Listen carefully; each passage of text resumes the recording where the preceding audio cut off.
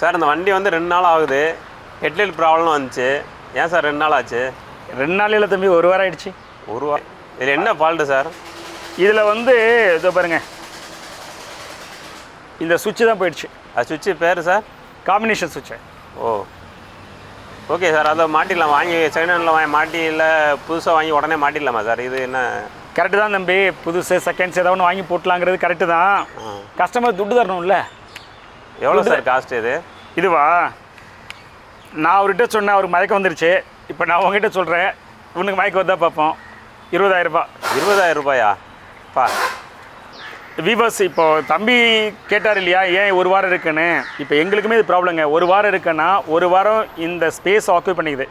எனக்கான opportunity business affect ஆகுது. சரிங்களா? செகண்டு கார் வாங்குறவங்க எப்போவுமே ஞாபகம் வச்சுங்க, நீங்கள் கார் வாங்கும் போது உங்களுடைய பட்ஜெட்டில் வந்து பார்த்தீங்கன்னா, நீங்கள் லோ பட்ஜெட்டில் வாங்குறீங்க அப்படின்னும் போது பிராண்டை ரொம்ப இம்பார்ட்டன்ட் கொடுங்க. இந்த மாதிரி ஜெர்மன் கார்ஸ்லாம் வாங்குறதுக்கு கார்லாம் சூப்பராக இருக்கும், நான் அதெல்லாம் சொல்ல வரல. ஆனால் ஜெர்மன் கார்ஸு, நீங்கள் அமெரிக்கன் கார்ஸ்லாம் வாங்கும் போது இந்த மாதிரி ஸ்பேர் பார்ட்ஸும் எக்ஸ்பென்சிவாக இருக்கும். அதுவே நீங்கள் ஒரு ஹுண்டையோ மாருதியோ வாங்கினீங்கன்னா உங்களுக்கு அதனுடைய ஸ்பேர் பார்ட்ஸு கொஞ்சம் காசு கம்மியாக கிடைக்கும். சரியா? என்ட்ரி லெவலில் வாங்குகிற எல்லாருமே பெட்ரோல் காராகவும், அதே சமயத்தில் இந்த மாதிரி நான் சொன்னேன் இல்லையா, மாருதி ஹுண்டை வாங்குறது மோர் அட்வைசபிள். இல்லை நான் இப்படி தான் வாங்குவேன்னா இதெல்லாம் இவ்வளோ பேமெண்ட் கொடுத்து ஸ்பேர் பார்ட்ஸ் வாங்கி கொடுக்குற அளவுக்கு அஃபோர்டபிலிட்டி உங்களை ஏற்படுத்திட்டு கார் வாங்குங்க. சரிங்களா? நம்ம சேனலை இன்னும் நீங்கள் சப்ஸ்கிரைப் பண்ணலாம். Please subscribe. தேங்க்யூ.